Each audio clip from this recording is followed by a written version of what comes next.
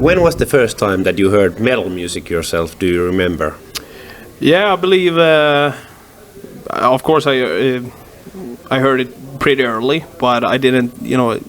My ears didn't stick to it until I was like in my late teens when I first heard. I think it was. I had a very hard time with growl. Funny enough, but when I heard the album Deep Blue by Parkway Drive and Winston's growls, everything changed for me. And at a year later or so, I discovered Gojira. So Winston is basically the first sort of like growling vocalist that you ever got to hear yourself. I've heard stuff before, but that was the first one that I stuck with. Okay. And actually liked. So what was in growling that sort of get you to form a metal band and become a growler yourself? I think I tried to sing early in the band, but I couldn't do it. So and I started to shout, but I fainted all the time and it tasted blood in my in the mouth. So and then I just sat down and.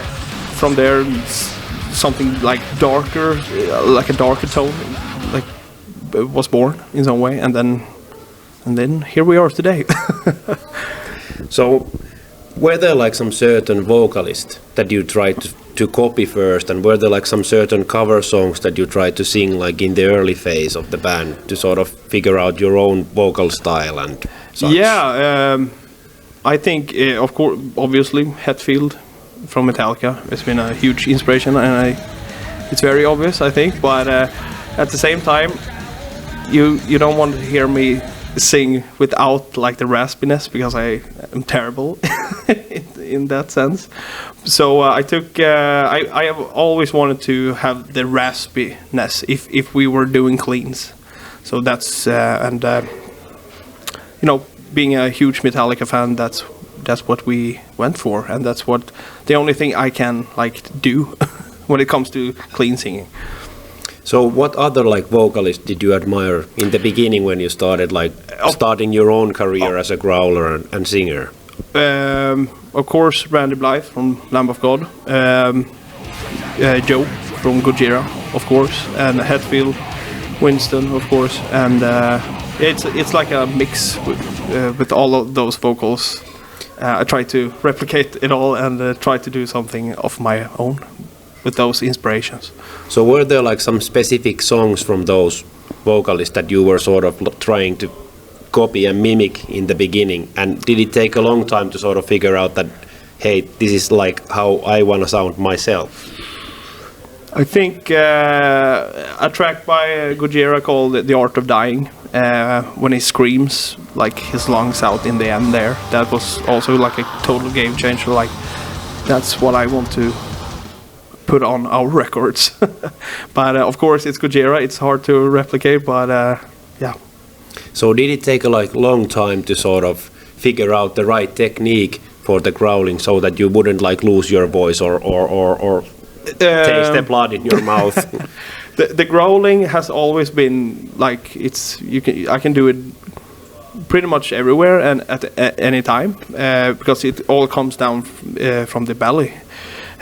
So I don't know the proper technique, I suppose. I don't know what I'm doing, but at least it's not hurting, and I can speak to you right now after a show, and it's pretty fine. So, however, we have some certain parts in songs that demand a more high pitch, a more shouting, and that's where it can, if you do it improper, not properly, it can I can feel it pretty much the whole day after.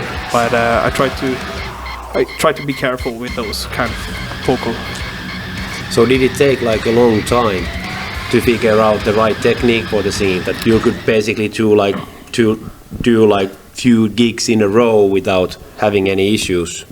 I think it went pretty fast, actually. Yeah, ever since we started put on this is our growl sound or whatever. I think we discovered that tone of that vocal pretty much from our album In Medias Res from 2014. That's where I was like, I can handle this. This is how I do it, and it's been no problem since then. So when you started growling, did you rehearse like a lot? No. I rehearse when I record stuff. When it comes to the growling. On the other hand, the clean singing, that's something that I have to like do, like warm up routines and shit to keep that, because it's much more sensitive in the throat in some way. The growling, as I said earlier, it comes from here, and the distortion happens somewhere like. It's a different distortion that doesn't like it doesn't hurt basically. So what kind of memories do you have when it comes to like your first proper tour? Was it like difficult vocal wise to handle like a longer run, or was it like easy process that you have already developed like the right technique to handle things, or? Up until now, actually, we've been only on one like longer tour, and that was in 2019 with Rivers of Nihil, and then the pandemic shit happened. So, but we were out for 2 weeks, and of course we only played like 30 minutes a night. But yeah, it went well. I didn't struggle with anything. But we will see when you play longer sets, maybe, and more dates. We will see how it goes. But as long as I have my voice with me after the show, I'm like, that's a good enough result for me. So, are there like some certain drinks or foods that you wouldn't rather have before the show, that you feel that it affects somehow your like vocal cords or singing? Of course, like hard liquor is a no-go for me, because you tend to get tipsy, and when you get tipsy, the volume of your voice is also speaking voice, of course, rises, so that tears it down a bit. But yeah, other than that, it's pretty all right. So what were like your parents' reactions when they heard first time that their kid is becoming a metal vocalist? They didn't give a shit. Okay. They were like, let him do his thing. It's not gonna go anywhere. So do you have like a specific way to hold the microphone when you are singing? That's yeah, I'm playing guitar at the same time, but I try to work with distance, and that's something that I try to practice when we rehearse, because the high notes in the clean can be very loud, of course louder, so we have to step back and work with the mic in the distance all the time. So how do you normally prepare the voice for the show? Do you have like special warm-up routines that you like to go through?